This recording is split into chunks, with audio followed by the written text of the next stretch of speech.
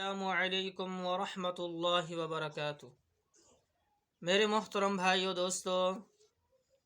آج آپ کو جو وظیفہ بتانا ہے کہ عزت، نیک نامی اور صحت بدن کے لیے مجرب وظیفہ کیا ہے۔ عزت حاصل کرنے کا اور نیک نامی، اچھا نام پیدا کرنے کا اور صحت بدن کا، بدن کی اچھی صحت کے لیے مجرب قرآنی وظیفہ کیا ہے، آج آپ کو یہی وظیفہ بتانا ہے۔ تو اس وظیفے کو آپ نے مکمل اس ویڈیو کو دیکھنا ہے اور سمجھنا ہے۔ بسم اللہ الرحمن الرحیم۔ فَلِلَّهِ الْحَمْدُ رَبِّ السَّمَاوَاتِ وَرَبِّ الْأَرْضِ رَبِّ الْعَالَمِينَ وَلَهُ الْكِبْرِيَاءُ فِي السَّمَاوَاتِ وَالْأَرْضِ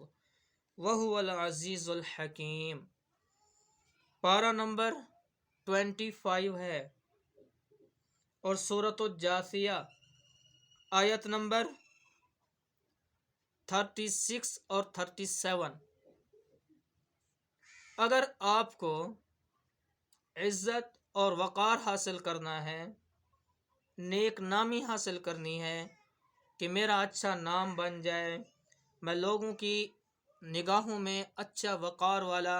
عزت والا بن جاؤں، لوگ میری عزت کریں، میری بے عزتی نہ ہو اور میرا ایک اچھا نام پیدا ہو، اپنے نام کو روشن کرنا چاہتے ہیں، اور یا آپ کو بخار ہے تو بخار کو آپ بخار کو یہ ختم کرنا چاہتے ہیں کہ میرا بخار جو ہے وہ ختم ہو جائے، یا آپ کو کوئی زخم ہے تو آپ اس کو ٹھیک کرنا چاہتے ہیں کہ میرا زخم ٹھیک ہو جائے، اور اچھے کاموں میں آپ چاہتے ہیں کہ میرا نام پیدا ہو جائے، اور کوئی آپ عمل کرتے ہیں تو اس میں آپ چاہتے ہیں کہ اس کا وزن بھاری ہو جائے، اس عمل کا وزن بھاری ہو جائے، تو یہ وظیفہ جو میں نے آپ کو بتایا ہے، اس کو آپ نے روزانہ 7 دفعہ پڑھنا ہے، 7 دفعہ روزانہ، تو انشاءاللہ نیک نامی پیدا ہوگی،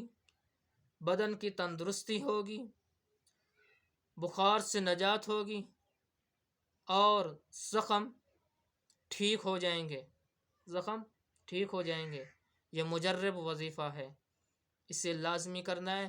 اور آگے بھی اسے جو ہے شیئر کرنا ہے۔